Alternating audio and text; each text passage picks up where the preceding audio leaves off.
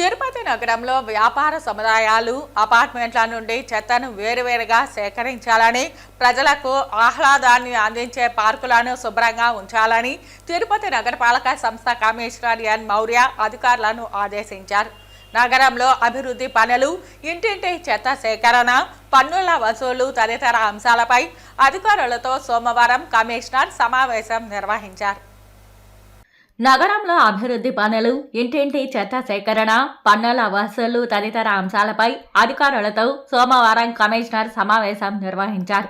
ఈ సందర్భంగా కమిషనర్ మాట్లాడుతూ, నగరంలో ఇంటింటి చెత్త సేకరణ లాగానే అన్ని హోటల్స్, వ్యాపార సముదాయాల వద్ద వేరువేరుగా చెత్త సేకరణ చేయాలని అన్నారు.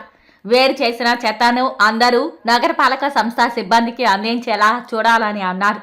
నగర ప్రజలకు ఆహ్లాదాన్ని అందిస్తున్న పార్కులను శుభ్రంగా ఉంచాలని చెప్పారు. పార్కులు, స్కూల్స్లో మరుగుదొడ్లు లేవని ఫిర్యాదులు వస్తున్నాయని, అంచనాలు సిద్ధం చేస్తే మరుగుదొడ్లు నిర్మించేందుకు చర్యలు తీసుకుంటామని అన్నారు. మొదటి దశలో రోడ్లలో గుంతలు పోడ్చడం జరిగిందని, ఇప్పుడు గుర్తించినవి కూడా త్వరగా పూర్తి చేయాలని ఇంజనీరింగ్ అధికారులను ఆదేశించారు. వీటన్నింటినీ యాప్లో అప్లోడ్ చేయాలని చెప్పారు. పన్నులను సకాలంలో వసూలు చేయాలని అన్నారు. ప్రజా ఫిర్యాదుల పరిష్కార వేదికలో వచ్చిన వినతులు సకాలంలో పరిష్కరించాలని చెప్పారు.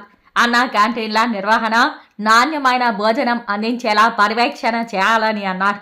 అన్నీ సక్రమంగా ఉన్నవి పరిశీలించి టీడీఆర్ బాండ్ల తయారీకి చర్యలు చేపట్టాలని అధికారులను ఆదేశించారు.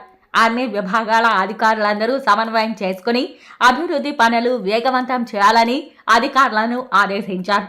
ఈ సమావేశంలో అదనపు commissioner Charan Tej Reddy, deputy commissioner Amaraiah, municipal ఇంజనీర్లు Tulasi Kumar, Gomathi, health officer doctor Yuva Anvesh, revenue అధికారులు సేతు మాధవ్, రవి, వెటర్నరీ ఆఫీసర్ నాగేంద్ర, ఉద్యానవన శాఖాధికారి Harikrishna, fire officer Srinivasa Reddy, manager Hasim, డిఈలు, సూపరింటెండెంట్లు, శానిటరీ సూపర్వైజర్లు తదితరులు పాల్గొన్నారు.